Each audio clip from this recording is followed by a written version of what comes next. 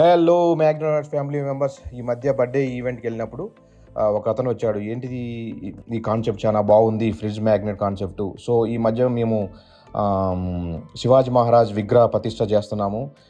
So మాకు కూడా ఒక డిజైన్ కావాలి, శాంపిల్ చేసి పంపించండి, మేము నచ్చితే మేము కూడా ఇస్తాము. సో ఇది ప్రతి ఇంట్లో ఉంటుంది, మాకు మా ఊర్లో కాకుండా మా ఇంట్లో ప్రతి ఇంట్లో ఉంటే మేము కూడా చాలా బాగుంటుందని అనుకున్నాడు.